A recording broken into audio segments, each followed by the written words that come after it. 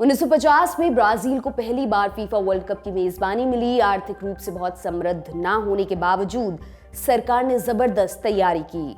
Rio de Janeiro में ऐतिहासिक माराकना stadium बनवाया गया। ब्राजील की टीम ने इसका मान भी रखा। टीम फाइनल में पहुंची।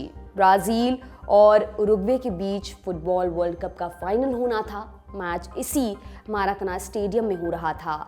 मैच शुरू होने से ठीक पहले रियो डी जेनेरो के मेयर ने स्टेडियम में एक भाषण दिया। मेयर बोले, मेरे प्यारे ब्राजील के लोगों, कुछ ही मिनटों के अंतराल के बाद आप विश्व विजेता बनने जा रहे हैं। हमने अपना वादा पूरा किया और ये स्टेडियम बनवाया। अब आप अपना कर्तव्य पूरा करिए और हमें वर्ल्ड कप जीत कर दिखाइए। लेकिन टीम भरोसे पर खरी नहीं उतर पाई।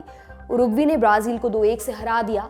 इस मैच को रेडियो पर 10 साल का एक बच्चा भी सुन रहा था। उसने अपने पिता से कहा, मैं ब्राजील को वर्ल्ड कप दिलाऊंगा। बच्चा बड़ा हुआ। उसने अपने पिता से किया वादा पूरा किया। उसने ब्राजील को 1 नहीं 2 नहीं पूरे 3 बार विश्व विजेता बनाया। उस बच्चे का कद इतना बड़ा हुआ कि उसके सामने बड़े बड़े स्टार्स की चमक भी फीकी पड़ जाती। एक मैच में जब उसकी रेफरी से बहस हुई तो मैदान से रेफरी को ही बाहर कर दिया गया। वो बच्चा इतना बड़ा खिलाड़ी बना कि उसने कथित तौर पर एक गृह युद्ध रुकवा दिया था। हम बात कर रहे हैं ब्राजील के महान फुटबॉल खिलाड़ी पेले की। पेले जो आज हमारे बीच मौजूद नहीं है। उनका 82 साल की उम्र में निधन हो गया। वे पिछले कुछ समय से किडनी और प्रोस्टेट की बीमारियों से जूझ रहे थे। तो आज हम जानेंगे पेले की कहानी क्या है, उनके नाम और उनसे जुड़े कुछ दिलचस्प किस्से। साथ ही जानेंगे कि पेले का भारत से क्या कनेक्शन था। नमस्कार, मेरा नाम दिव्यांशी है और आप देखना शुरू कर चुके हैं लंदन टॉप का अंतर्राष्ट्रीय प्रसंगों से जुड़ा रोजाना का कार्यक्रम दुनियादारी।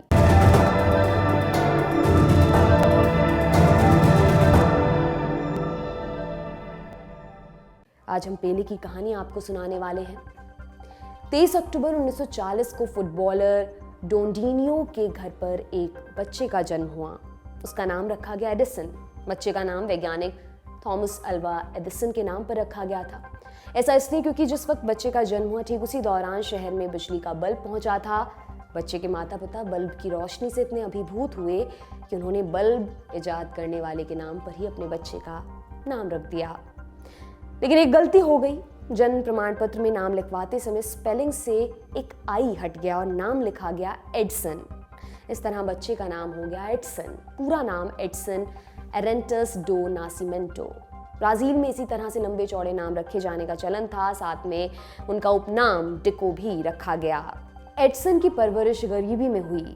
अपने फुटबॉलर पिता को देखते बड़े हुए एडसन ने भी मन ही मन फुटबॉल खेलने का सपना बुन लिया था।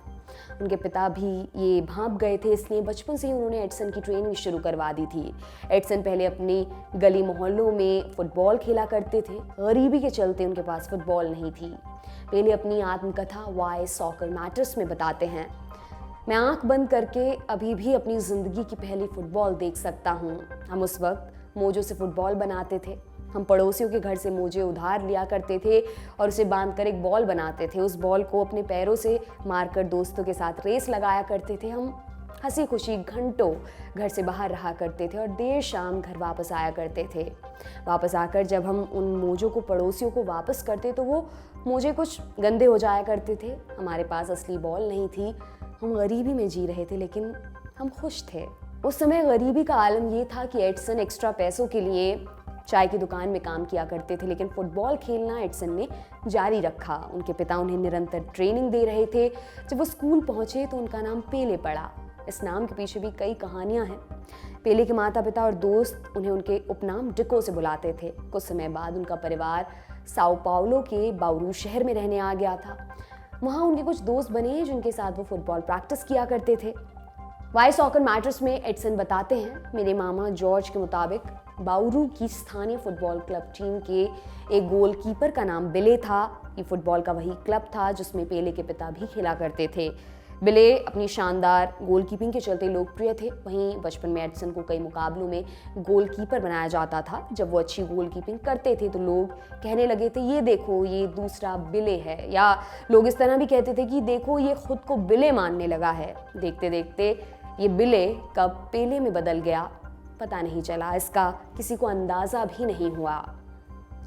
इस नाम के चलते वो अपने साथियों से लड़ भी लिया करते थे। वे कहते थे कम से कम मेरा नाम तो सही ढंग से ले लो। नाम की कहानी पर अल्प विराम देते हैं और अब पेले की कहानी को आगे बढ़ाते हैं।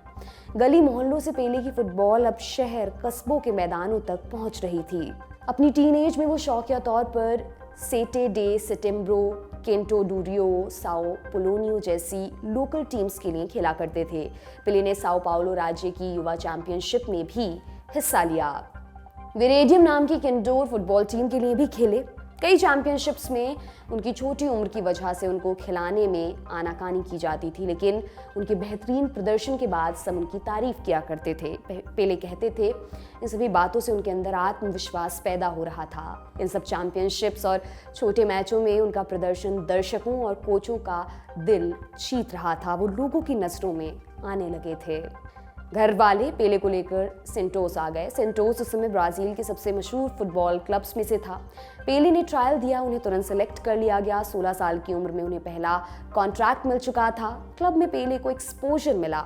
इसी की बदौलत 2 साल बाद वो ब्राजील की वर्ल्ड कप टीम में पहुंच चुके थे। जब 1957 सीजन शुरू हुआ तो पेले को स्टार्टिंग 11 में जगह दी गई और 16 साल की उम्र में वे लीग में शीर्ष स्कोरर बन गए। पेले को वर्ल्ड कप में पहला मौका 1958 में मिला, लेकिन देखा जाए तो पेले का पहला अंतर्राष्ट्रीय मैच 7 जुलाई 1957 को माराकना में अर्जेंटीना के खिलाफ था, जहां ब्राजील को 1-2 से हार का सामना करना पड़ा।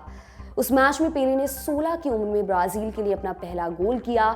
इसके साथ ही वो अपने देश के लिए सबसे कम उम्र के गोल करने वाले खिलाड़ी बन गए। इसके बाद फीफा वर्ल्ड कप 1958 की बारी आई, जहां पेले ने कमाल कर दिया। 1958 के उस वर्ल्ड कप के जरिए ब्राजील पहली बार चैंपियन बना, तो उसमें 17 साल के पेले की अहम भूमिका रही। पेले ने सेमीफाइनल में फ्रांस के खिलाफ 5-2 की शानदार जीत में हैट्रिक लगाई। फिर स्वीडन के खिलाफ फाइनल मुकाबले में भी उन्होंने 2 गोल दागे। कुल मिलाकर पेले ने उस वर्ल्ड कप में 6 गोल दागे, जिसके लिए उन्हें बेस्ट यंग प्लेयर का अवार्ड मिला था। कमेंटेटर्स ने कहना शुरू कर दिया था ये लड़का फुटबॉल के इतिहास का सबसे महान खिलाड़ी बन सकता है। ब्राजील ने 1962 में लगातार दूसरा वर्ल्ड कप अपने नाम किया। एक बार फिर से पेले सबसे आगे थे। उन्होंने फाइनल में गोल भी किया था। हर तरफ पेले का नाम चमक रहा था। क्लब से लेकर इंटरनेशनल टीम तक उन्हें चुनौती देने वाला कोई नहीं था। ये बादशाहत मैदान के बाहर भी कायम हो रही थी। उनके नाम से हर तरह के प्रोडक्ट्स बिकने लगे थे। पेले को ब्राजील का राष्ट्रीय खजाना बताया जाने लगा था। फिर 1966 का वर्ल्ड कप आया। इसमें विपक्षी टीमों ने ब्राजील के प्लेयर्स के शरीर को निशाना बनाया। पेले समेत कई बड़े खिलाड़ी मैच के बीच में चोटिल हुए। ब्राजील ग्रुप स्टेज में ही लीग से बाहर हो गया। गत विजेता की ये गत देखकर पेले ने कहा अब मैं कभी वर्ल्ड कप नहीं खेलूंगा, मैं अपनी टीम को इस हाल में नहीं देख सकता। हालांकि इसके बावजूद पेले लौटे। 1970 के वर्ल्ड कप में उन्होंने हिस्सा भी लिया। इस बार ब्राजील विजेता बना। उस जीत को याद करते हुए पेले ने कहा था मैं मानता हूं कि जीत का सबसे बड़ा इनाम ट्रॉफी नहीं बल्कि राहत का एहसास है। इस वर्ल्ड कप के महज 1 साल पहले ऐसी घटना हुई जिसकी चर्चा आज भी होती है। उस समय तक पेले की सेंटोस FC दुनिया के मशहूर फुटबॉल क्लबों में शामिल हो चुकी थी। इस टीम ने अपना एक फ्रेंडली मैच नाइजीरिया में खेला। तारीख थी 4 फरवरी 1969। उस वक्त नाइजीरिया में सिविल वॉर चल रही थी। ब्राजील के खिलाड़ी और अधिकारी सुरक्षा को लेकर चिंतित थे। जब ये बात युद्ध के पक्षों तक पहुंची तो दोनों ही पक्षों ने सीज फायर का ऐलान कर दिया। ये बात आज भी पेले को याद करते हुए लोगों के जहन में आती है। पेले अपने जीवन में केवल एक बार ही ब्राजील के कप्तान बने। उन्हें कई बार कप्तानी के ऑफर्स मिले, लेकिन उन्होंने हमेशा ये ऑफर ठुकरा दिए क्योंकि उनका रुतबा बहुत बढ़ चुका था। इसी बड़े रुतबे की वजह से एक बार जब उनकी रेफरी से बहस हो गई तो रेफरी को ही मैदान से बाहर निकाल दिया गया था। 60 के दशक में सेंटोस और कोलंबियन ओलंपिक स्क्वाड के बीच एक फ्रेंडली मैच चल रहा था। उस समय रेड कार्ड दिखाने वाला नियम नहीं था। पेले पर फाउल करने का आरोप लगा। मैच के दौरान रेफरी गुइलेर्मो वेलास्क्वेस ने पेले को मैदान से बाहर जाने के लिए कहा। रेफरी ने कहा कि पेले ने उनके साथ बदतमीजी की है। रेफरी के इस फैसले पर बहुत बड़ा विवाद हो गया और इसका विरोध शुरू हो गया। सेंटोस के खिलाड़ियों ने रेफरी को घेर लिया। वहां मौजूद दर्शकों ने भी उनका विरोध किया। बाद में रेफरी को ही मैदान से बाहर जाना पड़ा। किसी भी महान व्यक्तित्व की कहानी सुनाते समय अक्सर उसकी कमजोरियां छिपा ली जाती हैं। पेले निस्संदेह तौर पर फुटबॉल के सबसे महान खिलाड़ी हैं, लेकिन क्या वो एक जिम्मेदार नागरिक थे? ये सवाल उस समय मौजूद हो जाता है जब आप मैदान से उतर के पेले को देखते हैं।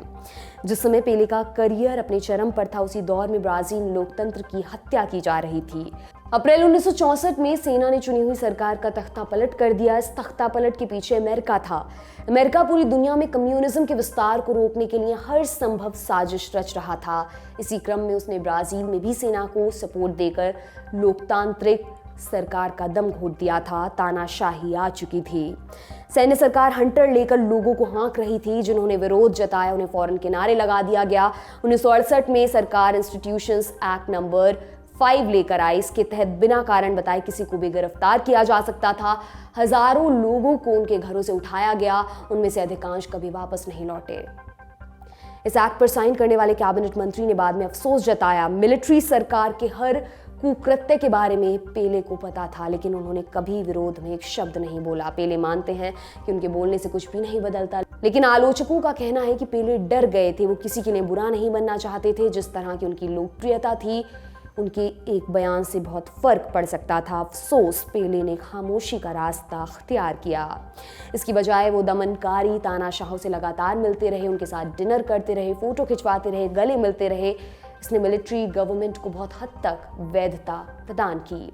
ब्राजील के तानाशाहों ने फुटबॉल का इस्तेमाल अपने फायदे के लिए बखूबी किया और सब जानते हुए भी पेले उनके लिए मोहरा बनते रहे। पेले ने 1971 में अंतर्राष्ट्रीय फुटबॉल से संन्यास ले लिया था। ब्राजील में तानाशाही का दौर 1985 तक चला।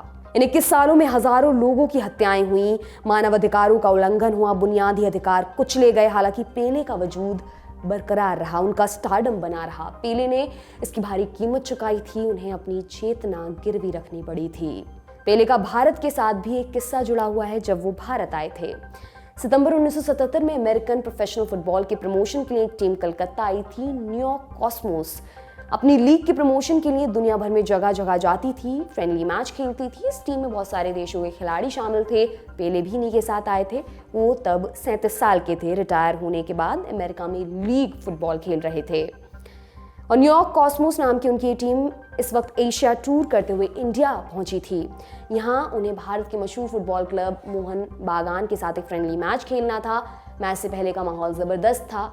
तब के न्यूज़पेपर और पत्रकारों के मुताबिक एयरपोर्ट, होटल और स्टेडियम पर पेले जिंदाबाद के नारे थे। पेले का नाम और चेहरा हर जगह था। बैनर, पोस्टर, हेल्थ ड्रिंक्स तक पर एक बड़े पोस्टर में लिखा था, पेले, वो भी कलकत्ते में, अकल्पनीय हैं। मशहूर फुटबॉल लेखक और कमेंटेटर नोवी कपाड़िया ने अपनी किताब बेयरफुट टू बूट्स में लिखा है कि ईडन गार्डन्स में 80,000 लोगों की खचाखच भीड़ केवल पेले का जादू देखने नहीं आई थी। वो इसलिए भी आई थी क्योंकि उन्हें वो अपना बंदा लगता था। इसके बाद 38 साल बाद सुब्रतो कप के लिए 2015 में एक बार फिर पेले भारत आए थे। बंगाल के मुख्यमंत्री ममता बनर्जी, सौरव गांगुली और AR रहमान से मिले थे। उस वक्त अभिवादन स्वरूप पेले ने ममता बनर्जी का हाथ चूम लिया था। इसके बाद 38 साल बाद सुब्रतो कप के लिए 2015 में एक बार फिर पेले भारत आए थे। बंगाल के मुख्यमंत्री ममता बनर्जी, सौरव गांगुली और AR रहमान से मिले थे। साल 2021 में पेले ने कैंसर का इलाज करवाना शुरू कर दिया था। उसके बाद से ही वे कम बाहर निकला करते थे। डॉक्टर्स ने उन्हें आराम करने की सलाह दी हुई थी, लेकिन उनकी हालत बिगड़ती जा रही थी। पिछले दिनों उन्हें साओ पाउलो के अल्बर्ट आइंस्टीन अस्पताल में भर्ती करवाया गया था। फिर 29 दिसंबर को अस्पताल से खबर आई कि पेले अब दुनिया में नहीं रहे हैं। पेले ने फीफा वर्ल्ड कप फाइनल के बाद इंस्टाग्राम में एक पोस्ट डाला था, जिसमें उन्होंने मेसी को बधाई देने के साथ एम्बाप्पे की भी तारीफ की थी। दोनों खिलाड़ियों ने पेले के दुनिया से जाने के बाद सोशल मीडिया में दुख जताया है।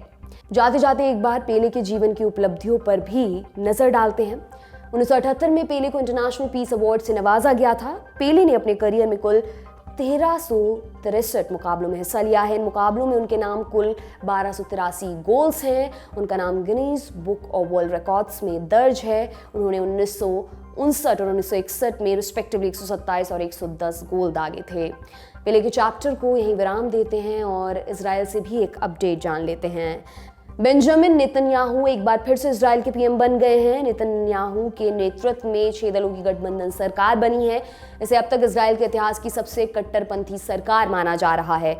जब नेतन्याहू छठी बार PM पद की शपथ ले रहे थे, तब संसद के अंदर और बाहर माहौल काफी गर्म नजर आया। शपथ लेते हुए नेतन्याहू को नारेबाजी का सामना करना पड़ा। संसद के बाहर भी उनके विरोधियों ने बैनर पोस्टर लेकर विरोध प्रदर्शन किया। इजराइल की राजनीति में उथल-पुथल पिछले कुछ साल में बढ़ गई है। एक बार सरसरी तौर पर इस पर भी नजर डालते हैं। अप्रैल 2019 में नेतन्याहू को बहुमत नहीं मिला, वो नाकाम रहे। फिर विपक्ष के पास चांस आया, लेकिन उनके पास भी जरूरी आंकड़ा नहीं था। फिर सितंबर 2019 में दूसरा चुनाव हुआ। इस बार भी वही स्थिति बनी, सरकार नहीं बन पाई। अगला चुनाव 2020 मार्च महीने में हुआ। इसमें भी हालात नहीं बदले, किसी को भी बहुमत नहीं मिला। लेकिन उस वक्त नेतन्याहू ने बेनी गेंस से समझौता किया कि दोनों नेता कुछ कुछ महीनों के लिए प्रधानमंत्री बनेंगे। दिसंबर 2020 आते आते ये समझौता भी खत्म। फिर चौथी बार चुनाव हुए मार्च 2021 में। इसमें नेतन्याहू सरकार बनाने में नाकाम रहे। दूसरे नंबर पर थी याया लापिड की पार्टी, उनको मौका मिला। लापिड ने बहुमत जुटा लिया। गठबंधन सरकार में 8 पार्टियां शामिल हुई। फैसला हुआ कि याया लापिड और नफ्ताली आधे समय तक पीएम बनेंगे। कुछ वक्त ये वाली सरकार भी ठीक चली, लेकिन बाद में इसमें भी समस्याएं पैदा हुई। जून 2022 में बेनेट और लापिड ने संसद भंग करने का फैसला लिया। फिर नवंबर में चुनाव होने तय हुए थे, जिसके रिजल्ट में नेतन्याहू की जीत हुई, लेकिन सरकार हमेशा की तरह गठबंधन वाली बननी तय हुई। फिर 29 दिसंबर को नेतन्याहू ने इजराइल के नए पीएम के तौर पर शपथ ली है। इस सरकार को इजराइल के इतिहास की सबसे कट्टर सरकार माना जा रहा है। नवंबर में हुए चुनाव में ज़ायनिज्म विचारधारा वाले धार्मिक और अति दक्षिणपंथी गठबंधन ने 120 सदस्यों वाली संसद में 14 सीटों पर जीत हासिल की। ये गठबंधन नेतन्याहू की नई सरकार में सबसे बड़ा और ताकतवर घटक बन गया है। इसी गठबंधन के एक नेता बेन ग्वेर को राष्ट्रीय सुरक्षा मंत्री और यहूदी कब्जे वाले वेस्ट बैंक का इंचार्ज बनाया गया है। बेन ग्वेर यहूदी बस्तियां बसाने का समर्थन करने वाले कट्टर नेता हैं। जानकार कहते हैं इस नई सरकार के बाद इजराइल का फिलिस्तीन के साथ विवाद बढ़ सकता है। क्या नेतन्याहू ऐसे कट्टरपंथियों के साथ सरकार चला पाएंगे? आपको क्या लगता है? हमें कमेंट सेक्शन में जरूर बताएं। ये था आज का दुनियादारी दोस्तों। चलते चलते आपको लाख रुपए के सवाल का जवाब भी दिए देते हैं कि इस बार guest in the news room का मेहमान कौन होगा। तो जवाब ये रहा, मशहूर फूड क्रिटिक, अंतर्राष्ट्रीय मामलों के जानकार और किस्सों की खदान पुष्पेश पंत। ये एपिसोड 31 दिसंबर को दोपहर 12 बजे हमारे ऐप पर रिलीज होगा। लाख रुपए का सवाल का जवाब हमने बता दिया, लेकिन अगर आप पैसा जीतना चाहते हैं तो सोमवार से शुक्रवार रात 9 बजे हमारे ऐप पर लाइव क्विज जरूर खेलिए। आज का दुनियादारी यहीं पर समाप्त होता है। अब सोमवार को आपसे मुलाकात होगी नए साल में। हम ये कामना करते हैं कि आपके लिए नया साल शुभ हो। Happy new year 2023। शुक्रिया, शुभ रात्रि।